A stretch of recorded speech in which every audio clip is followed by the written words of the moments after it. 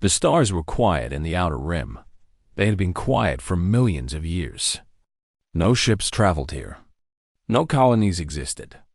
There was nothing but empty space, dead rocks, and the cold light of ancient suns. Commander Thales stood on the bridge of the gentle dawn and watched the darkness outside. He was old for a Valari, nearly 300 years. He had spent most of his life exploring empty systems, mapping dead worlds, and writing reports that no one would ever read. It was boring work. Safe work. The kind of work they gave to officers who had no ambition left. He did not mind. The Valari had been at peace for 6,000 years. There were no wars to fight, no enemies to defeat. Exploration was all that remained for someone like him. "Commander," said his sensor officer, a young female named Tira, "I am detecting something strange on the fourth moon of the gas giant." Thales turned slowly.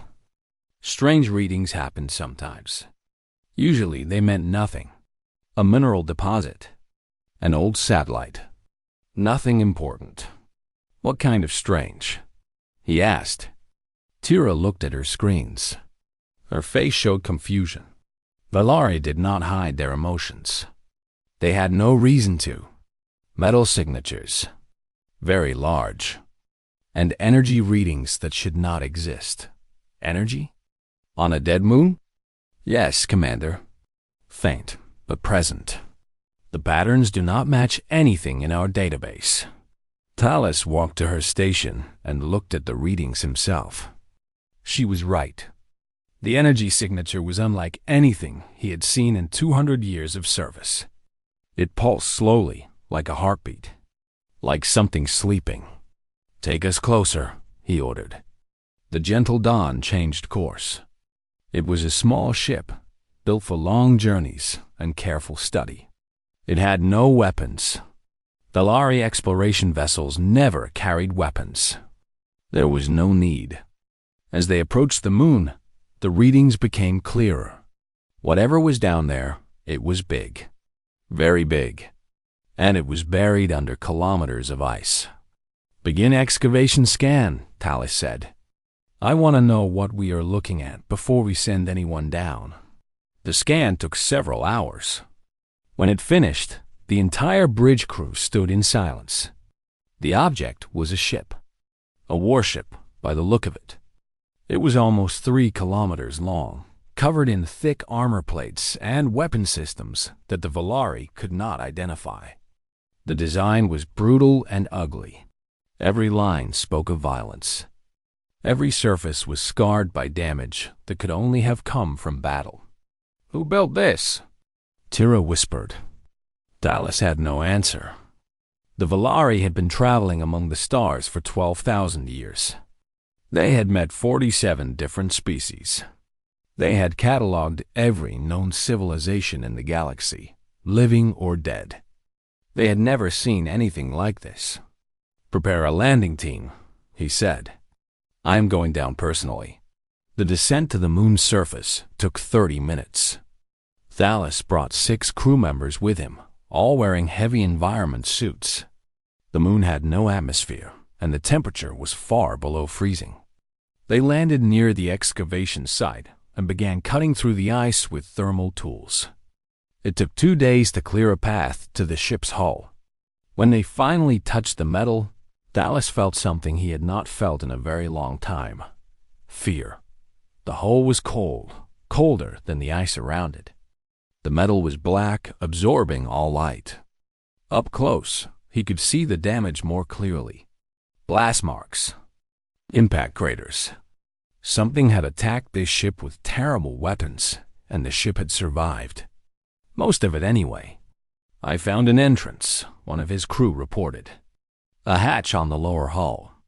It appears to be damaged, but we can cut through." "Do it," Thales said. The interior of the ship was dark and frozen.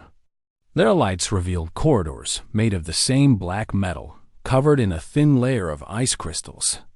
The walls were marked with symbols in a language none of them recognized.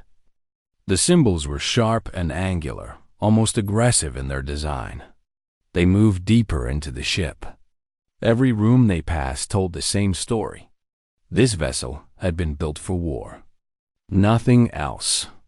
There were no comfortable quarters, no entertainment areas, no gardens or meditation spaces like Volari ships had. Everything was functional. Everything was designed for one purpose: to fight and survive.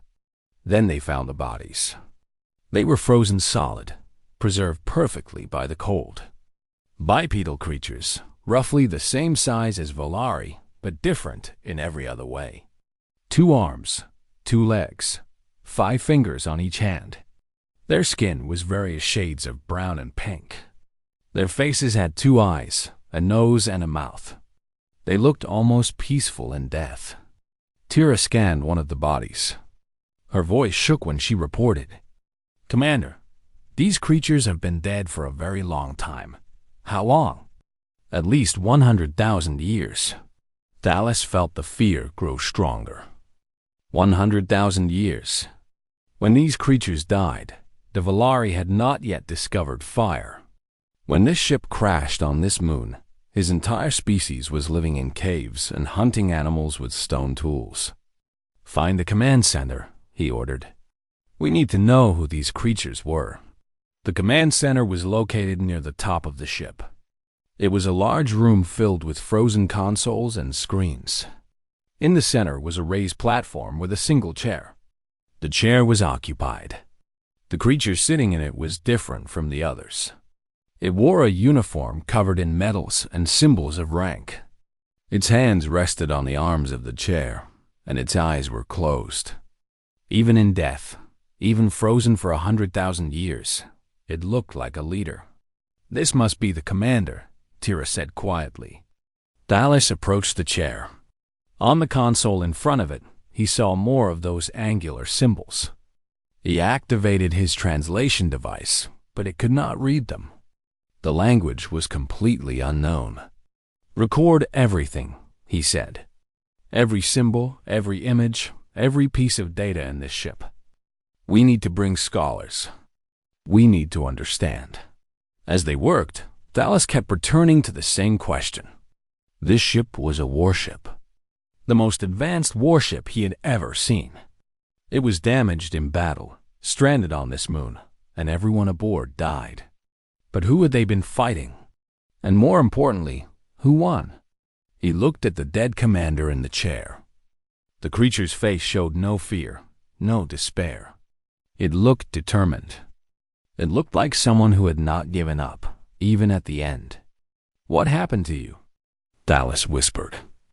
"What were you fighting against?" The frozen commander did not answer. But somewhere in the ship's data storage, the answers were waiting. Answers that would change everything the Volari knew about the galaxy. Dallas did not know it yet, but he had just discovered the remains of a species called humans. A species that had fought wars across the galaxy for longer than the Volari had existed as a civilization. A species that had faced extinction again and again and survived every time. And somewhere in the galaxy, that species was still alive. Still watching. Still waiting. The news of the discovery spread across Volari space like fire. Within days, the High Council had called an emergency meeting. Within weeks, the greatest scholars in the civilization had traveled to the Outer Rim. Everyone wanted to see the ancient ship. Everyone wanted to understand. Scholar Mirai was the first to arrive. She was the most famous xenolinguist in Volari history. A woman who had decoded 17 dead languages and translated the writings of species that had been extinct for millennia. She was old, nearly 400 years, and her body was weak. But her mind was still sharp. When she first saw the ship, she stood in silence for a long time. "It is beautiful," she finally said. Commander Thales looked at her with surprise. "Beautiful? It is a weapon of war." "Yes," Mirai agreed. "But look at the craft. Look at the engineering. Whoever built this ship did not just want to fight. They wanted to survive. Every plate of armor, every weapon, every system was designed with one purpose: to keep the crew alive no matter what. That is not just war. That is love. Love? Love for their people. Love for their future. They built this ship because they cared deeply about survival. She turned to Thalos. I must see the records. Where is the data storage? The data storage was located deep inside the ship in a heavily armored chamber. The Valari had already extracted the storage devices, but they could not read them. The format was completely unknown. Mary spent the first month just understanding how the devices worked. They stored information in a way the Valari had never seen before. The density was incredible. A single device the size of her hand contained more data than entire Valari libraries. The second month, she began working on the language. It was difficult. The language had no connection to any known system. The symbols were complex, with each one representing not just a sound, but sometimes an entire concept. Progress was slow, but Mireille did not give up. She worked day and night, comparing symbols, looking for patterns, building a translation matrix piece by piece. Her team helped her, but most of the work was hers alone. In the third month, she finally made a breakthrough. Ship's name was Undying Fury. The species that built it called themselves humans. They came from a world called Earth, a small blue planet orbiting a yellow star in a distant arm of the galaxy. And they have been at war. The logs began simply enough. Routine military reports, patrol schedules, crew assignments. The commander's name was Park Daiho, an admiral in something called the Earth Defense Fleet. He was a calm and careful leader, respected by his crew. Then the tone of the logs changed. An alien species called the Keth Dominion had attacked human space. Their weapons were powerful, their numbers endless. They wanted human territory, human resources, human slaves. They did not negotiate. They did not accept surrender. They simply attacked and destroyed. The humans fought back. The logs describe battles that lasted for months. Cities burned. Colonies fell. Millions died. The humans were pushed back again and again, losing ground with every fight. But they did not stop. Admiral Park's entries grew darker as the war continued. He wrote about friends who died, ships that were destroyed, families who were lost. He wrote about the terrible cost of resistance. But he also wrote about something else. Something the Valari had never seen before. Hope. Even when everything seemed lost, the humans still believed they could win. They adapted their weapons. They changed their tactics. They found weaknesses in the enemy that no one else had seen. And slowly, painfully, they began to push back. The war against the Keth Dominion lasted 200 years. By the end, the Dominion was destroyed. Every ship, every planet, every member of their species was gone. The humans had won, but the victory did not bring peace. Within 3 generations, another species attacked. The Ural Empire saw the humans as a threat and decided to eliminate them before they grew too strong. The war was brutal and long. The humans lost half their population. Their home world was nearly destroyed. They survived. The Ural Empire did not. Then came the Dravini Collective. Then the Marathi Federation. Then the Silken Alliance. Enemy after enemy, war after war, stretching across thousands of years.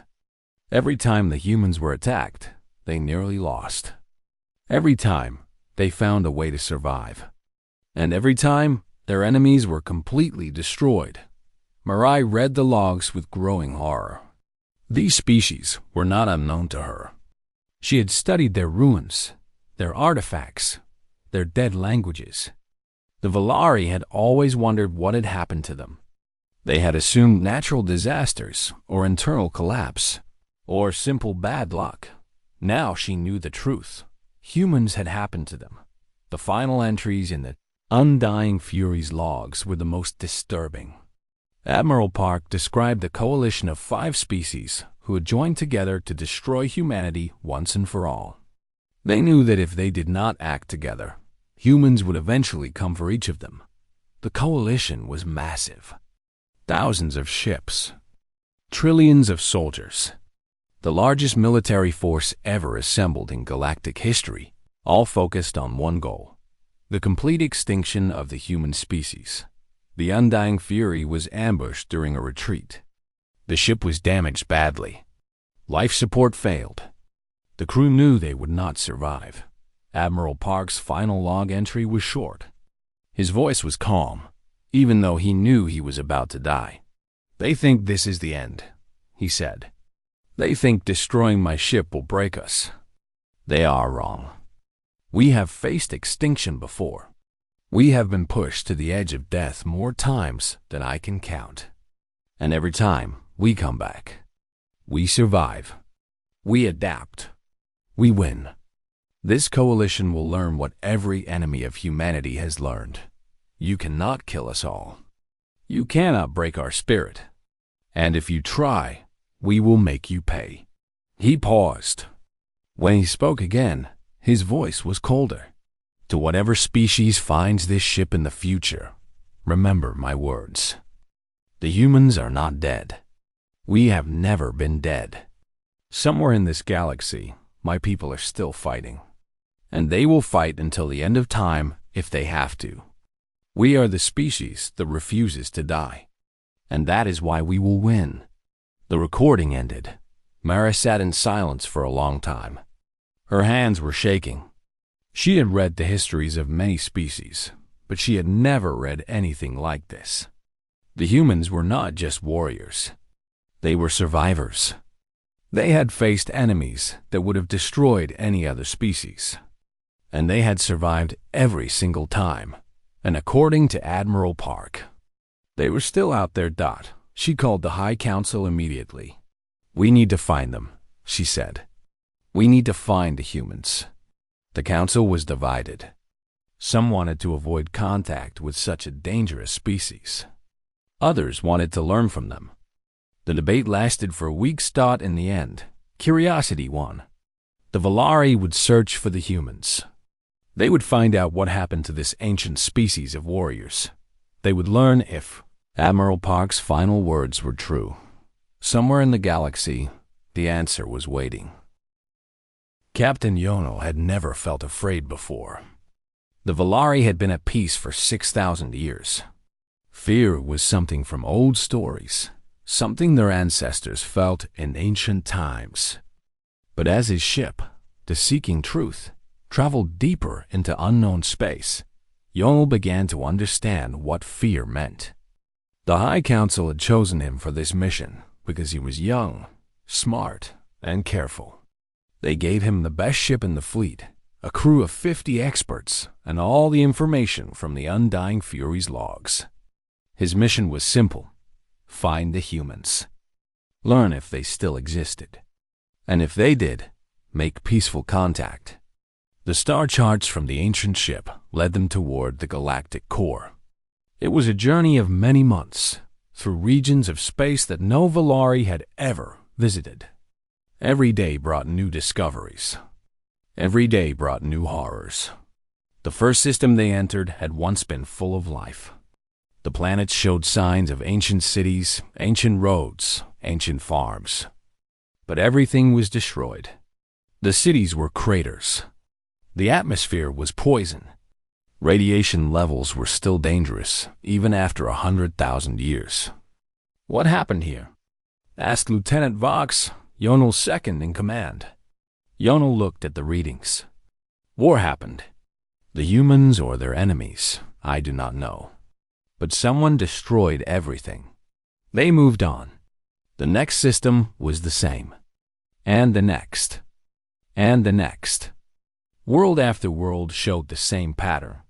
Dead civilizations. Burned cities. Poisoned skies. The Long War, as the humans had called it, had not been fought in one place. It had been fought everywhere. Across thousands of star systems. Across hundreds of thousands of years. The scale was almost impossible to understand. "Captain," Vox said one day, "I have been counting the dead worlds. We have passed over 300 so far. If each world had even 1 billion people—" "Do not think about it," Yonel said quietly. "We cannot help the dead. We can only find the living." But the dead worlds kept coming. Some had been home to species the Valari knew from ancient records. Others were complete mysteries. Whoever had lived there, whatever they had built, it was all gone now. Erased by war. Then they found something different. The planet was intact. Its atmosphere was clean. Its cities were still standing.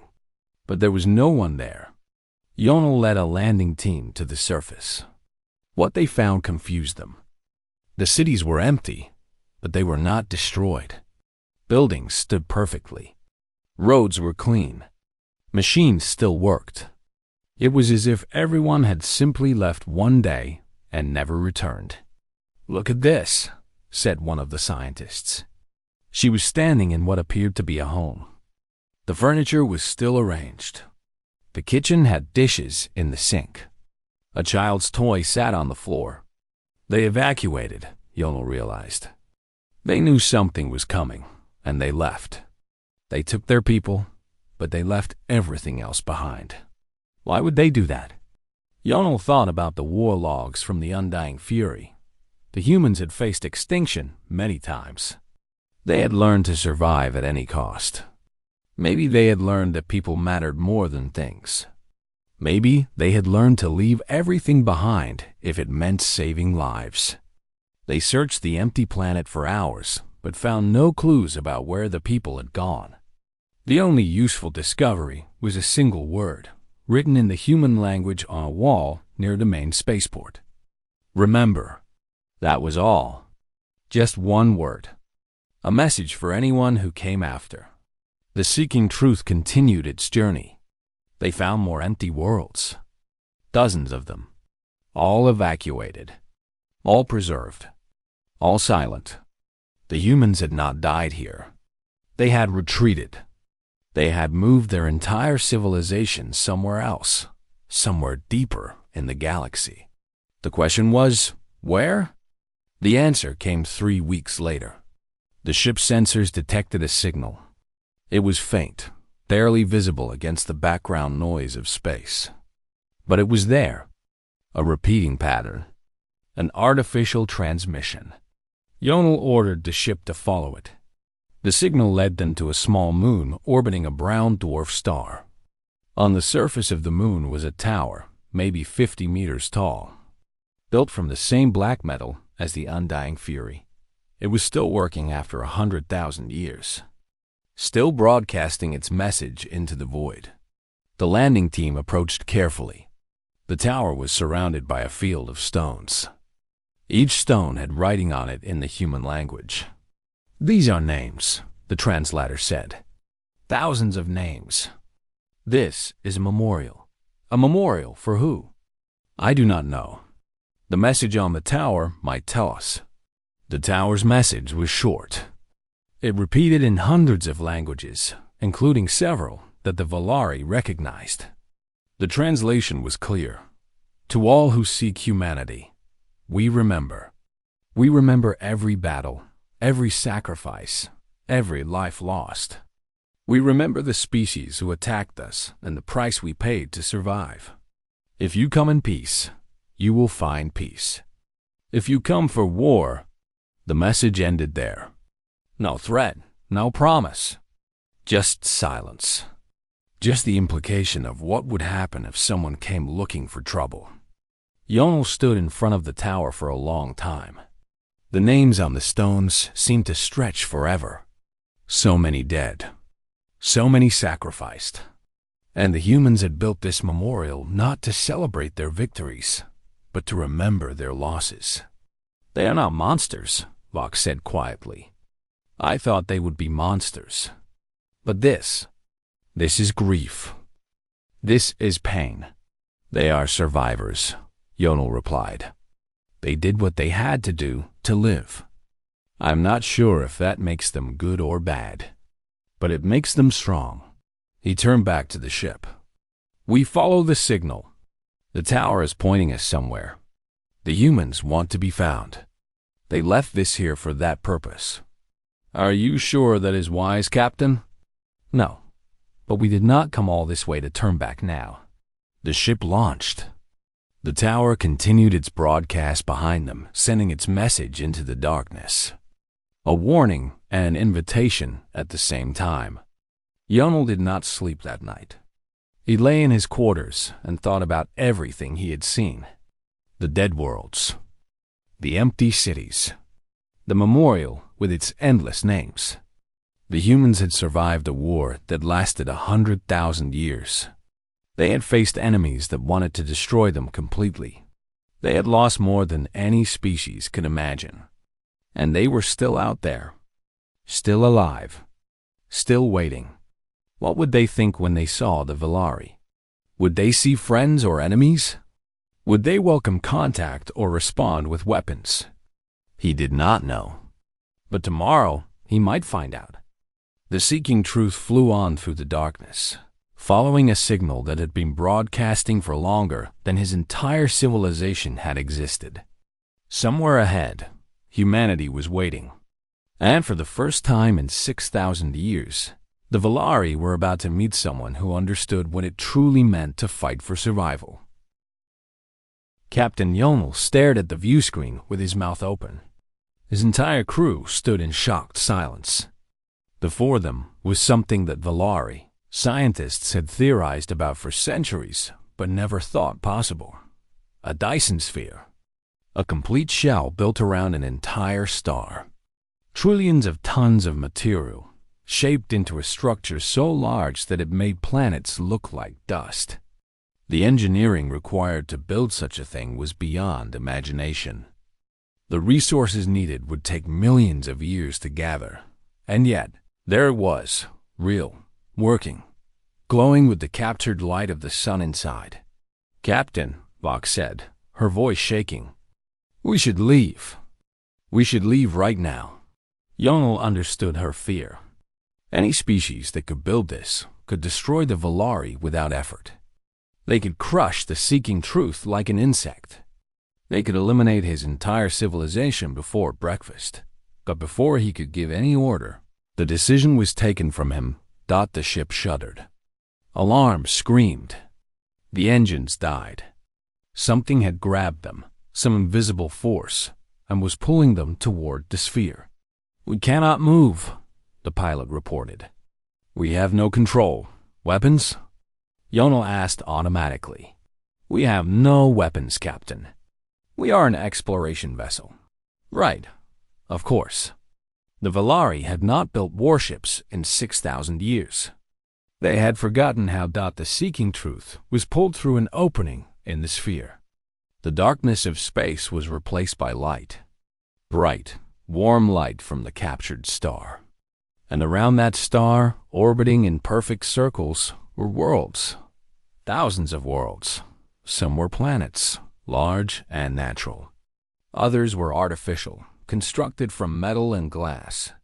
Space stations the size of moons floated between them. Ships moved everywhere, more ships than Yonel could count. Small ones, large ones, and some so massive they looked like moving continents. How many people live here? Someone whispered. No one answered. The numbers were too large to guess. The invisible force guided them to a station near the inner edge of the sphere. The station was elegant and beautiful, built from white material that reflected the starlight. Landing bays opened to receive them. The ship sat down gently. The engines remained dead. They were not going anywhere until someone let them. What do we do, Captain? Vox asked. Yonel took a deep breath. We meet them. That is why we came. The airlock opened onto a wide corridor. The air was clean and warm. Gravity felt normal. Everything was designed to be comfortable for species like the Valari. Either the humans had adapted the station for visitors, or they had built it this way from the beginning. A group was waiting for them. Humans. Real, living humans. They were exactly as the frozen bodies had looked, bipedal creatures with 2 arms and soft skin in various shades. They wore simple clothing in white and gray. Their faces showed expressions that seemed friendly. One of them stepped forward. A woman, by the shape of her body. She had long black hair and dark eyes. She smiled at them with warmth. "Welcome to human space," she said. "My name is Go Yuna. I am a representative of the Human Diplomatic Corps." She spoke perfect Valari. The words flowed naturally, as if she had spoken the language her entire life. Yonel bowed, the traditional Valari greeting. "I am Captain Yonel of the Seeking Truth. We come in peace." "We know," Yuna said. "We have been watching your journey since you found the Undying Fury. We know you mean no harm. You were watching us?" "We watch everything. It is a habit we developed during the Long War. We do not like surprises anymore." She gestured for them to follow. The Valari delegation walked behind her, their eyes wide with wonder. The station was beautiful inside, full of plants and water features and art. Nothing like the harsh military design of the ancient warship. "You seem different," Yonel said. "Different from what we expected." "Different from Admiral Park's ship?" Yuna smiled. The Undying Fury was built during the darkest period of the war. We were fighting for survival. Everything we made was designed for battle. She paused. "That was a long time ago. We have changed." "How long?" 100,000 years. Give or take a few centuries. They entered a large room with windows that looked out at the captured star. The view was incredible. Worlds floated in the golden light, covered in green forests and blue oceans. Life was everywhere. "The humans survived the war," Yonel said. "It was not a question." "We did more than survive," Yuna replied. "We won. Every enemy that attacked us is gone now. The coalition that ambushed the Undying Fury was the last major threat. We destroyed them completely. It took another 10,000 years, but we finished the job." "You killed them all?" "We had no choice." Her voice became sad. "We tried peace. Again and again, we tried. We offered treaties. We offered friendship. We offered to share our worlds, our technology, our future. Every time, they betrayed us. Every peace was broken. Every promise was a lie." She shook her head. "After 100,000 years, we learned the truth. Some enemies cannot be reasoned with. Some conflicts can only end one way." Yonel felt cold. "And now? What do you want now?" Yuna turned to look at him. Her eyes were tired, ancient, carrying the weight of more history than he could imagine. "Now, we want to rest. We have been at war for longer than your species has existed. We have fought more battles than the stars in the sky. We have lost more people than you could count if you spent your entire life counting." She sighed. "We are tired, Captain. So very tired. All we want now is peace. Then why did you let us find you? Why lead us here? Because isolation is not peace. We spent thousands of years hiding in our sphere, licking our wounds, remembering our dead. But that is not living. That is just waiting to die." She smiled again. "We heard about you, the Valari, a species that has known peace for 6,000 years. A species that explores without weapons. A species that has never started a war." Her smile grew warmer. "We wanted to meet you. We wanted to remember that not everyone in the galaxy wants us dead." Yonel felt something release in his chest. The fear he had carried since finding the Undying Fury began to fade. These were not monsters. These were not mindless destroyers. These were people who had suffered beyond imagination and somehow kept their hearts. "We want to know you," he said. "We want to learn from you. Not about war, but about survival. About hope." Yuna reached out and took his hand. Her touch was warm. "Then stay," she said. Stay and learn. We have so much to share. 100,000 years of history. 100,000 years of mistakes and lessons and hard truths. And maybe, she paused, maybe you can teach us something too. What could we teach you? How to trust again. How to lower our guard. How to believe that peace can last. She looked out at the worlds orbiting the captured star. We have forgotten those things. We have been fighting for so long that we do not know how to stop. Maybe you can help us remember. Yonel looked at his crew. They were still afraid, but they were also curious. They had come so far. They had seen so much. They could not turn back now. We will stay, he said. We will learn. And we will teach, if we can. Go Yuna smiled. For the first time in 100,000 years, humanity had guests who came as friends. The long war was finally over. The long peace was about to begin. The Valari delegation stayed in human space for 6 months. Every day brought new wonders.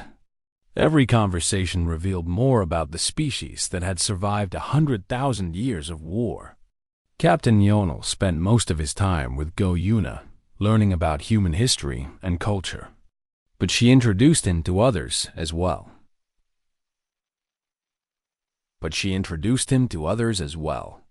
People who could show him what humanity had become. Admiral Kang Siwu was the first. He was an old man with gray hair and eyes that had seen too much. He commanded all of humanity's military forces, a fleet so large that it could have conquered the entire galaxy if the humans had wanted to. He had lived for 800 years, kept alive by human medicine, and he remembered battles that happened before the Valari discovered fire. You want to know if we are dangerous, Kang said when they first met. The answer is yes. We are the most dangerous species in the galaxy. We have killed more enemies than you could count. We have destroyed civilizations that existed for millions of years. Yonel felt the fear return. Why are you telling me this? Because I want you to understand. Kang leaned forward. We did not become dangerous because we wanted to. We became dangerous because we had no choice. Every species that attacked us gave us the same options: fight or die. We chose to fight. And when we fight, we win. But the war is over. Yes, the war is over. Kang's voice softened. And every day, I wake up and thank whatever gods exist that it is over. I have spent 800 years killing. I have sent millions of soldiers to their deaths. I have given orders that destroyed entire worlds. He closed his eyes. I am tired of killing, Captain. So tired. All I want now is to protect my people without having to fight. Can you do that? Can you protect without fighting? Kang smiled sadly. We have tried. We built our sphere to hide from the galaxy. We surrounded ourselves with weapons to discourage attack. We watch every corner of space, looking for threats. We are ready for war at any moment. He paused. But ready for war is not the same as wanting war. We hope we never have to fight again. We pray for it. The next person Yonel met was Dr. Beek Jion. She was a scientist, dedicated to healing the wounds of the Long War. Her work took her to dead worlds, places destroyed by ancient battles, where she tried to bring life back. This planet was called Harmony, she said, showing Yonel images of a world covered in young forests. 50,000 years ago, the Dravini Collective used biological weapons here. They killed everything. Plants, animals, bacteria, everything. The world was completely dead. And now? Now, life is returning. We seeded the atmosphere with new organisms. We rebuilt the soil. We planted forests and released animals. She smiled proudly. In another 1,000 years, this world will be full of life again. Not the same life that was here before, but new life. Different life. You are healing the galaxy. We are trying. We cannot undo what was done. We cannot bring back the species that were destroyed. But we can make new beginnings. Our eyes grew sad. It is the only way we can live with what we did. By trying to fix some of it. General Chomaire was different from the others. She was younger, only 200 years old, and she commanded the border defenses around human space. Her job was to watch for threats and respond if necessary. I hope I never have to do my real job, she said. My real job is to destroy anyone who attacks us. I have weapons that can sterilize entire star systems. I can kill billions with a single order. She shook her head. But I do not want to. I was born after the long war ended. I never knew what it was like to fight for survival. I only know peace. Then why do you do this work? Because someone has to. We cannot forget the lessons of the past. We cannot pretend that the galaxy is safe. There may be enemies out there that we have not met yet. There may be species that will see us as a threat. She stood straighter. If that day comes, I will do my duty. I will protect my people. But until that day, I will watch and wait and hope it never happens. On his last day in human space, Yonel was invited to a ceremony.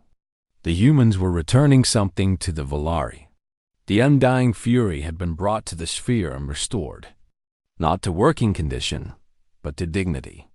The ship had been cleaned and repaired, its hull polished, its wombs treated with respect. The bodies of the crew had been prepared for burial. Admiral Park Daho's body was placed in a special coffin at the center of the ceremony.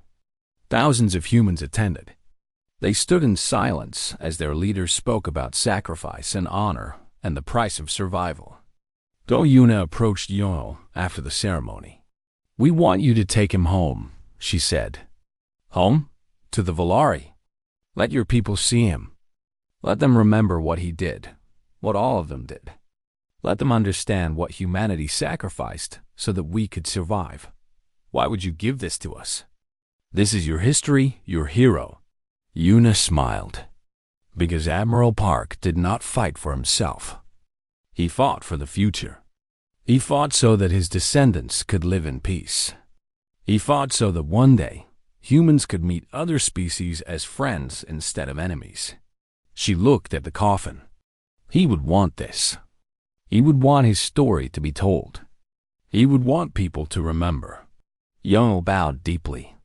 We will honor him. We will tell his story. The Volari will never forget. The Seeking Truth left human space the next day.